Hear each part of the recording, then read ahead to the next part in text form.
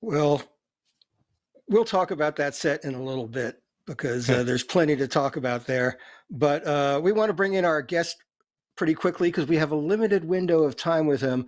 Let me just say that today, October 29th, is the 6th anniversary of the very first Dead and Company show ever in Albany, New York. And we've got someone who was there and has been there every step of the way. Please welcome our friend, John Mayer. Huh. Oh my gosh. There is a very good chance I won't be able to hear you. Everything you just said was garbled, and I hope that the gods of Zoom will prevail. Can you hear me? Yeah. We can hear you loud and clear. You're right. So far. Okay. We're going to go for it. Okay. How are you guys? Okay. We're great. We're having a great time. Great. We're so happy to have you here, John. I'm still on the couch that you helped make famous right here at home. Love And and We love a good man, card. yes, we love a jacquard. He says that's the what this kind of fabric thing is called, and we don't ever doubt John on his textile expertise. But anyway, let's get away from that and talk about this band and this tour. David and I have been watching this thing with our jaws on the floor. The consistency, the depth of the playing, the depth of the conversation. How are you feeling about it? The consistency thing I vibe with. I go, yes, I'm feeling that. We're sort of we've struck the balance now finally between keeping the genetics correct, but also taking the ship to lots of places, but it's still the right ship, everyone's on the same boat now, and now we all get to go places together. And yeah. Well said, sir. I like that.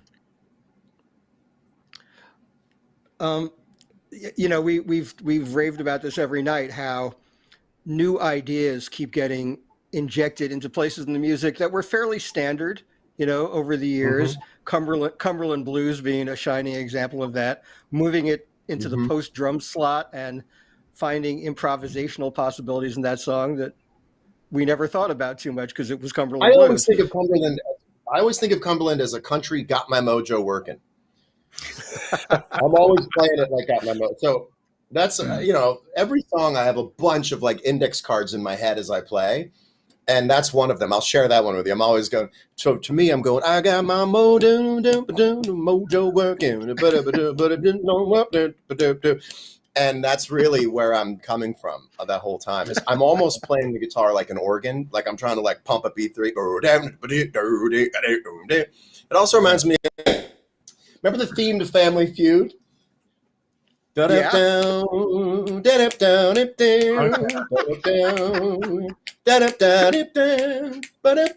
Like those are the things I rep. Every song has like a bunch of memories and references to me. But I always play Cumberland like it's got my mojo working. See, that's the thing that makes this music work, is that everybody comes into it with their own external reference. Like you've got the structure of the songs, but you're also bringing in all of this color and texture and stuff that you picked up in other places. And what we're hearing is this really, really happy new synthesis of mentalities. Yes. And it floats a little more now.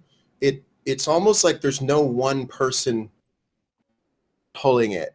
That it's everyone we figured out how to all flap the wings in the right synchronicity, and then things take off pretty dependably, like they pretty dependably go somewhere. Like that's the consistency part that I was agreeing with. Yeah, and every player in the band brings his own broad and different frame of reference to it. You were talking about mojo working on some of those really extended forays into Cumberland. I think of it as Ornette goes to Bakersfield. There you go. It's always two very disparate ideas being smashed together to make something new. So yeah, I'm playing Buck Owens and Got My Mojo Working at the same time, or I'm doing like Jimmy Smith. I'm doing Buck Owens and Jimmy Smith at the same time on Cumberland Blues, and that's just one song.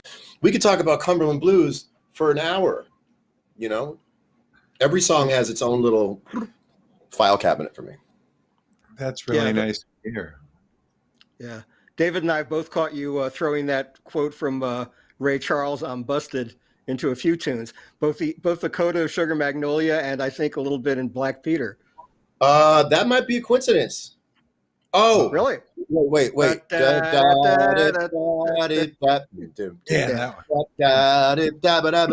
Yeah, I'm thinking in that moment, like a swinging horn band right there. That's right. Yeah. That's right. You're right. Those are the two times I do it, because it's that final chord on Sugar Magnolia. I do swing it. And also, there's a bass line that I play on the guitar in Black Peter, and it goes dong ba do dee do dee do, which is the coolest blues bass line. It's from a Buddy Guy song. I forget which song it is. I got a new love indeed. Oh, and it's good to me. Do, do, dee, dee. So I wish I could do like a commentary track one time. Just take a show and I'll watch it and just tell you the hundreds and hundreds of things that are flashing by. Right. John Mayer pop-up video of That's right. A company show. There's so much going on. It'd be fun. Hey, Nug. So the other night, a lot of people were buzzing about this reference to "Blues for Allah" that people believe they heard going by the other night. I think Jeff might have done it.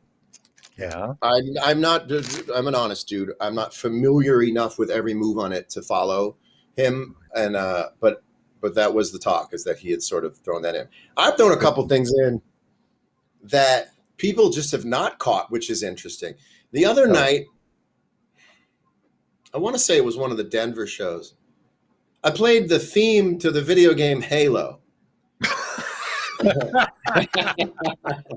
I believe I took a microscopic bow afterwards, like, thank you, I'm very proud of you. It could have been it could have been space. It was probably space. Yeah.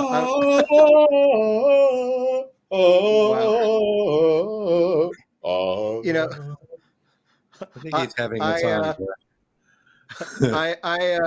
I pride myself on being pretty good at catching the references, but on that one, I humbly declare myself stumped, sir. Yeah, it really, I mean, what an amazing experience to just place all of your memories and all of your impressions of music and life and things on the table every single night. And know that it's going to be okay if you want to pull any of them up and go, yeah, this was me at my grandmother's house, the song I used to hear on the TV when it was on. And you can put it in the music, and no one might ever know. But for you, you're putting it in the little boat and pushing it downstream, and there's importance to that, you know? Yeah. But somebody on the stage might pick up on it and sing it back to you, and that That's makes right. cool things happen. You know, That's part right. of what we're tuning in for. You guys are delivering on the promise of this. I've listened to most of the tours previous to this one, but this one I've been like, it's been my job to pay attention to it and listen closely to every show. And I'm just really, really pleased as a fan and as a longtime documenter and student of this music at what you guys are bringing to the table now. And you in particular, your beautiful use of the whammy bar, bending entire chords like Thank you. it reminds me of Monet paintings, those palette knife brush strokes and stuff. Thank you. Well, I didn't use whammy bar for a really long time because I had bad whammy bar discipline. That's why I don't like wah pedals either. They're hard to not use, and as soon as your hand starts going for whammy bar, you can't stop. But I've had a very good time lately, and sort of, you'll see me sometimes go like, okay, enough, and I'll like move it out of my way so I'm not tempted to keep playing it. But it's like we're all looking for different little paint colors we can use throughout the night to just for a moment change the complexion of the mood of something. And every once in a while I look at the whammy bar as if it were a pedal steel or a slide, because you can kind of get that perfect inexact thing of slide playing. You know, I think I did a Roe Jimmy one. What's that? Gives it a little shimmer, beautiful shimmer. Yeah, just a new feeling, you know. I think it was a Roe Jimmy one time, and I just did this with the bar the whole time. And all of a sudden, I'd never done it before. And I went, oh, when you do this, it really sounds like a rotary organ or something. It was doing a very interesting thing. So there are just nights where I don't know why I know what I'm about to do is going to work, but it works. That's the magic. That's the moment where you just go, I just know where the notes are. We're gonna make it. And you're in the company of all these guys who can, follow whatever you do and shapeshift themselves. Yep. I mean, Jeff can be Horace Silver 1 second, Johnny Johnson the next, Professor Longhair the next. Yep. O'Teal can reference Jocko or James Jamerson, or play the fill content, as intended. Yep. And so the variables, the number of possible solutions to any moment are just infinite. They are infinite. They're completely infinite. And yeah, I've just finally learned. I remember it was rehearsal where I had cracked the code on how I wanted to play this music. And after rehearsal, I was like, okay, I finally think I get it now in terms of really, you could almost just break it down to like the physical pressure of how hard to hit the guitar and the actual simplicity of some of this stuff, Some of my favorite versions of things were from like early 70s, where a lot of the expression of these songs weren't very complex. I learned that my favorite stuff, I went and played along to my favorite stuff and went, John, would you ergonomically be pleased with yourself if this is what you were playing? And I went, no. And I went, well, that's a problem, because that's what this music is. And if you play Jack Straw the right way, it really feels like da da da da da da da da da da da da da da da. And it took me years, literally, to move away from something maybe 4 times as verbose as that, thinking that's the way it's got to be. So you just have to get your physicality to match your mentality. And then when that happens, you're just, that's it. That's making it to me. And by the way, it's a perishable thing. If I'm too tired, if I've heard too many notes come out of the guitar, I lose it. There's windage. My aim goes off. But after a little break and I get the vocabulary back in my head, then the physicality matches the mentality. And it's just like all night you can hold there. It's really exciting. Wonderful. I've also been noticing just the quality of the drums and space segments have been incredibly varied, incredibly have really gone outside. The other night, you were holding something up to your pickup. I couldn't tell if it was a phone or something with a speaker on it. It was my iPhone. So I'm getting increasingly more subversive in drums and space, because every time before I go out, I'm trying to take my brain further out. And lately I've been sort of hitting the aquarium glass. And I go, what can I do that truly is what I think space should be, which is like an opportunity to really transcend something. And the other night I was like, I'm just going to put up Tibetan chants on Spotify and play it through the pickups of my guitar, because it's like Billy Madison says in the film Billy Madison. He says, I drew the duck blue because I'd never seen a blue duck. And that's what I think space is for. I'd never seen anyone play a kind of a chant music through the guitar, through the delay pedal and all the effects of the guitar. So really all that's different is the sound source, but the rest of it's coming through my amp. So if it didn't work, it didn't work. But I see that as an 8-minute laboratory. Yeah. As well it should be. It's been fun hearing you guys kind of breathe new life into that, because it's free form and it's like a random free association musically of pinging ideas around and stuff. Right. And it's really fun. I mean, it's the thing is just everybody. It just feels like everybody's properly engaged and really committed to doing it for real and fresh every time, and that just comes across really nicely to these jaded old fucks you're talking to right now. Thank you. You know what it's like? It's a little bit like, this is actually a perfect analogy. It's a little bit like every night, space to me is like what Bart Simpson draws on the chalkboard every episode of The Simpsons. It's a new opportunity, or the way The Simpsons all crush down into the couch and what happens at that moment.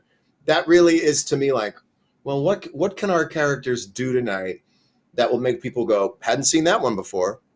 So maybe we have to get further and further. Couch gag. This is new information right here for the historians. Again, that's how I see it. Is The Simpsons couch gag is space if you're doing it right. Yeah, and I've got to say your pop culture references are really on point tonight. We've had Halo, we've had The Simpsons, we've had the Family Feud theme. Yes, man. I mean, look, I have no claim to some highbrow thing in this life. I am not haughty. I am a latchkey kid who grew up watching all these things. I mean, some of my earliest experiences of listening to records were playing video games with their volume down, listening to records, and just tripping out to. I mean, that's the best way to just listen. I wouldn't even listen to video game music, although I can play a couple of video game songs on my guitar too. So I don't know.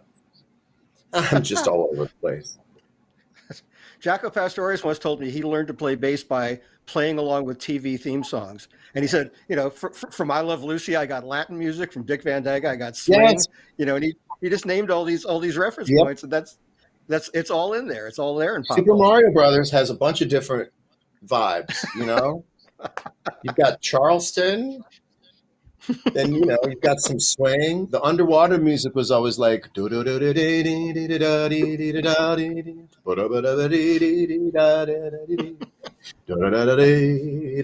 waltz basically. That really is the music. And then there was Tetris, which taught me the love of harmonic minor.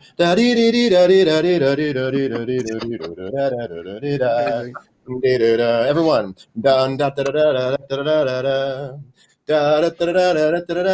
Key change. 2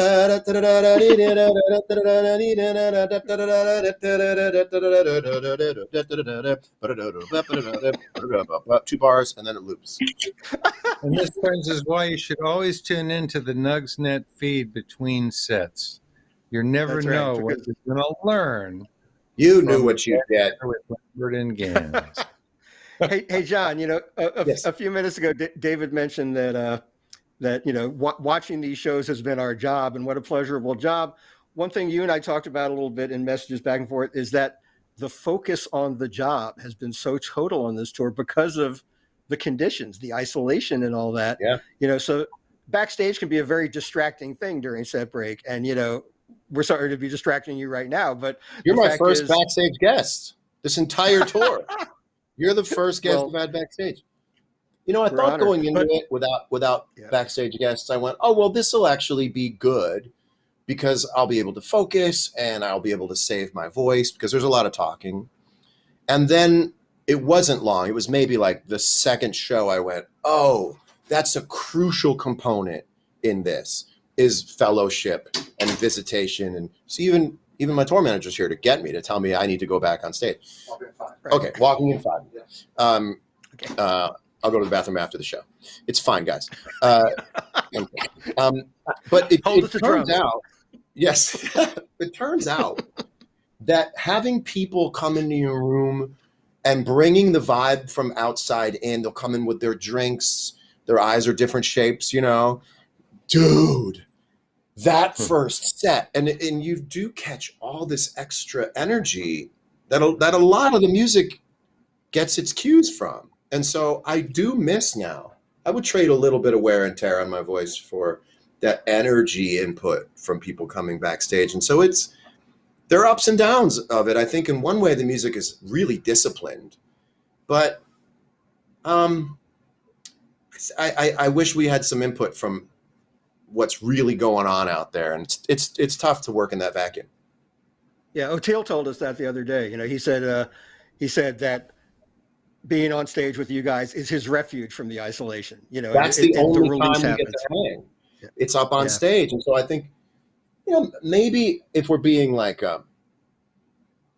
like super kind of mischievous in the topic, it probably helps no one on stage is ever performing for a guest. You know, when guests show up, and I'm just as guilty as anyone is, when guests show up, sometimes people in the band can kind of like perform just for one person on the side of the stage that's come to visit.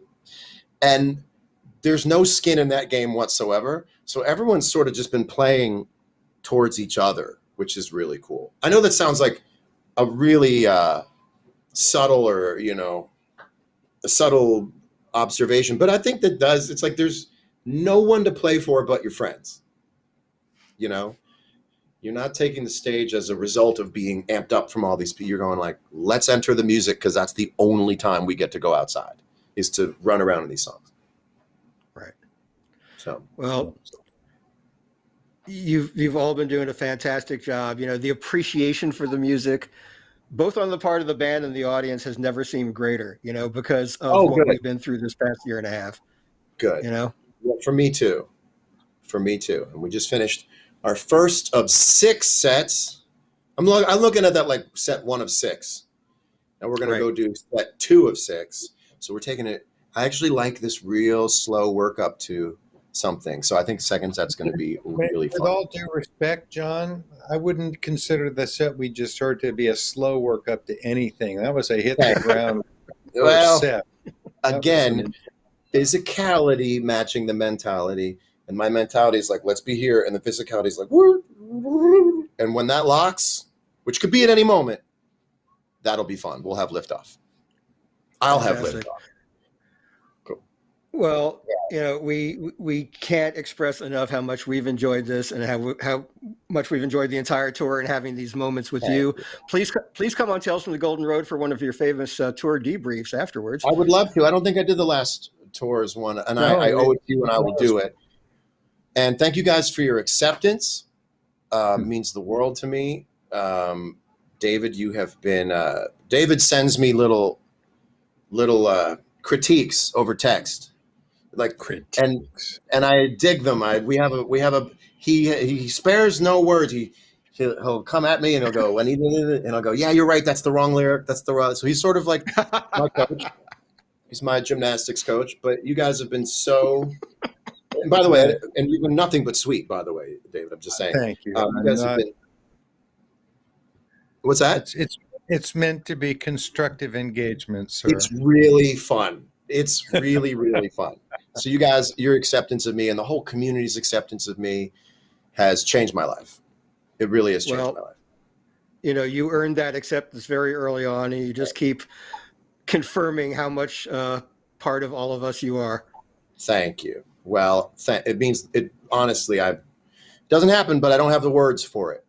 It just gives me an incredible feeling of embrace and acceptance and belonging. And again, I'm a solo guy. I'm a lone wolf. I do everything off in the corner. I do it fairly well. I invent everything in my head. And to have been embraced by this as a collective, as an ecosystem, has just changed my life and brought so much newness to every day of my life. And so thank you guys for that. Nice. And everyone watching to that too.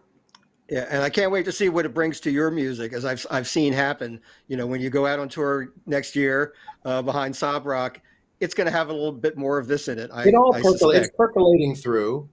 It's percolating through. Yeah, for sure. All right. Well, enjoy the second set. All right. We will. Thank you so much. I'm going to go play it, and thank you again. All right. For being with us, John. Thanks, everyone. Thank you. All right, man. Thanks, What a guy. Wow. That was fun. Yeah. Well, I guess now you can run down the set list. Oh, I don't even have it in front of me. I forgot to write it down. Okay. I was so busy having a good time. Why don't you do the Nugs plug and I'll call up the set list. Okay. Well, before we do the Nugs plug, I've been asked to call attention to someone in our community. We talk a lot about the unsung heroes of the music business, people behind the scene who help make the shows happen without the public ever knowing.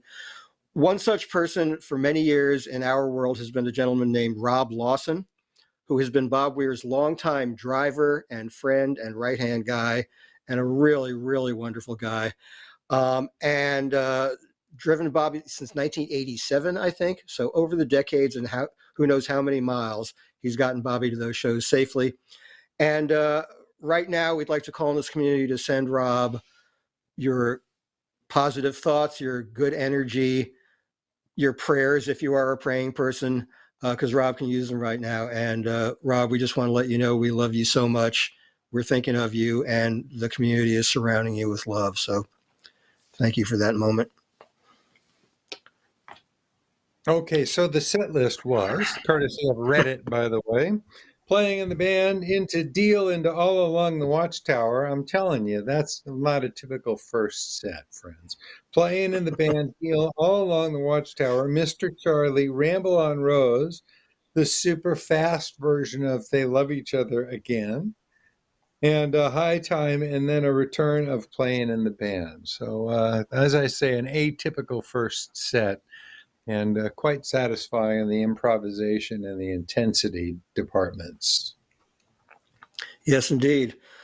And, we look forward to the second set. Let's do the quick pitch for nugs.net right now. We don't know how much time we have, but we are here through the courtesy and the good offices of nugs.net, who are providing these shows in their entirety in beautiful HD and 4K video and fantastic sound.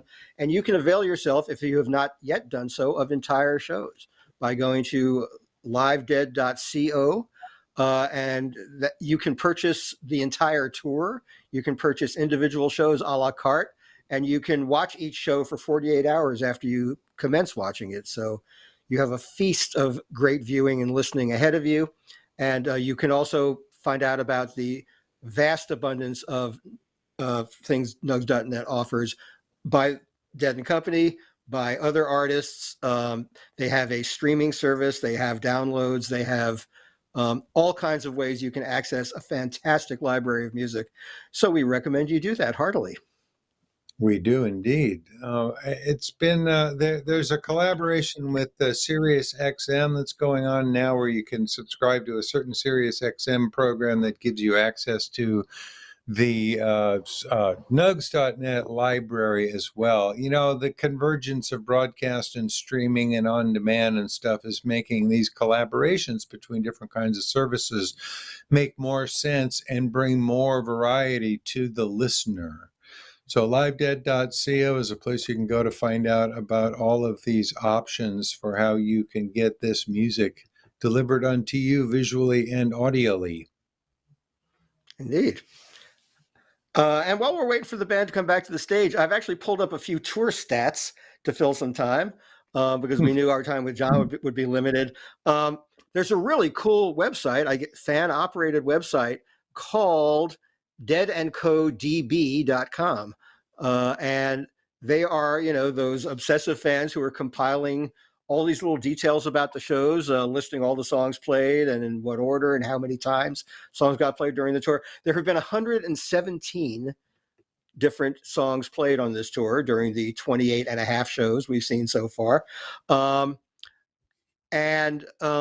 Actually, Deal moved into the number one slot tonight. By virtue of having been played in the first set. So it's been played 8 times, and then down the list you have Althea, Bertha, Brown Eyed Women, Casey Jones, China Cat, Franklin's Tower, I Know Your Rider. And then it moves down there a lot in the 6-song range, and it goes on down. There's some that have only been played one time, which of course affords the possibility of some rarely played songs getting played on this final weekend. For example, Werewolves of London has only been played once. And if history tells us anything, this might be just the weekend for it, because the tour wraps up on. Yeah, exactly. But of course, the statistics don't tell the whole story. We got to hear things like a 10-minute version of Don't Ease Me In at the end of one set. That was a sort of surprise expansion. We've heard these 2 experiments in super up-tempo, They Love Each Other. One of them was a week or so ago, or two weeks ago now, and the other one was tonight. So we're hearing, and also it's not like the song is always going to be the last song of the first set and that kind of stuff. They're busting all of the tropes and cliches by moving the songs around and putting them in different places and finding out how they perform when connected to various other songs and stuff. So we're hearing lots of classic combinations like China Cat and the Rider and stuff, but then we've heard things like Scarlet Begonias with something else in between it and Fire on the Mountain and things like that, because they're giving us these really creative transitions between things. I love it. Yeah, no, it's been. I mean, the stats are fun. Everybody loves to check this stuff out. But what David said is absolutely correct. It's it is the depth and the variety that the band is putting even within commonplace songs. That's been the mind blower for me. It's like songs we've been familiar with for a very, very long time suddenly just have this whole new quality. It's that I've never heard them approach that song before.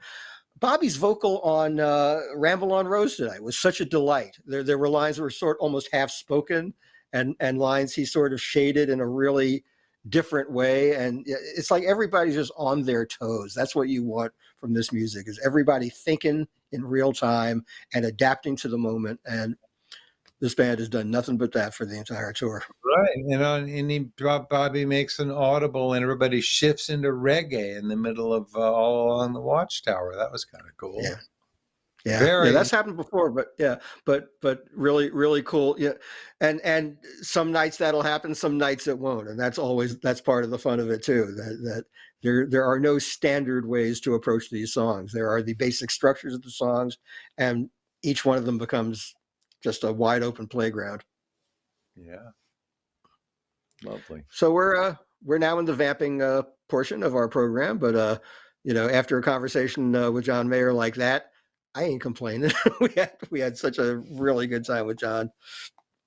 Yeah, absolutely. I might mention one more time that we're collecting money to help Robin Sylvester with some long-term medical bills, and if you can check that out at paypal.me/trufun donations, TRUFUN donations. Robin, of course, was the bass player of Rat Dog for many years.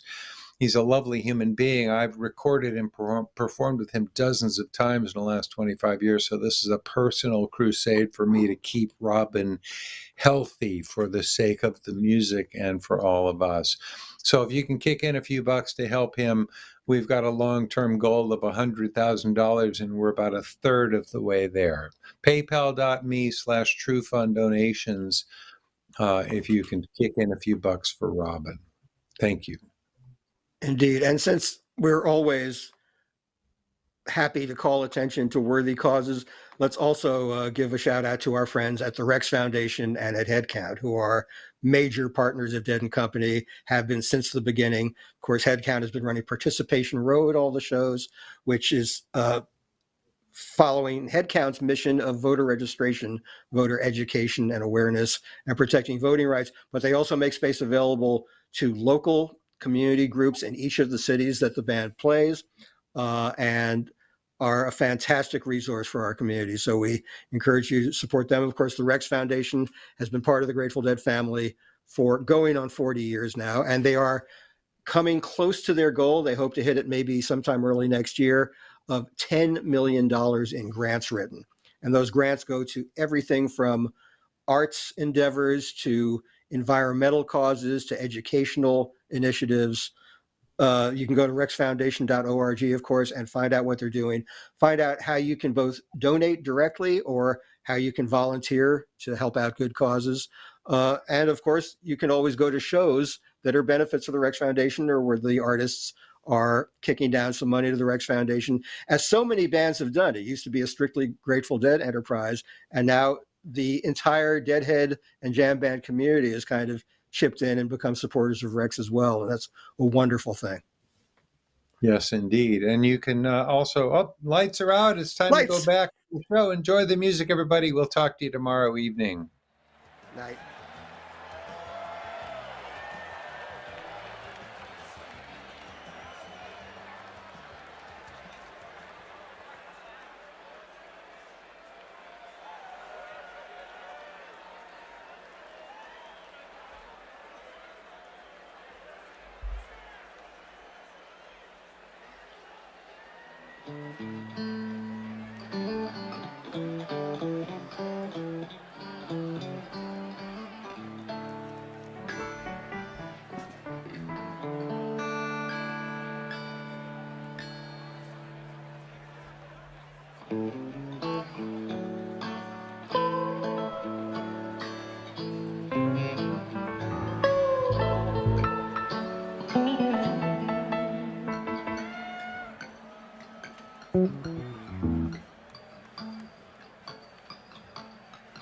This one's for Rob.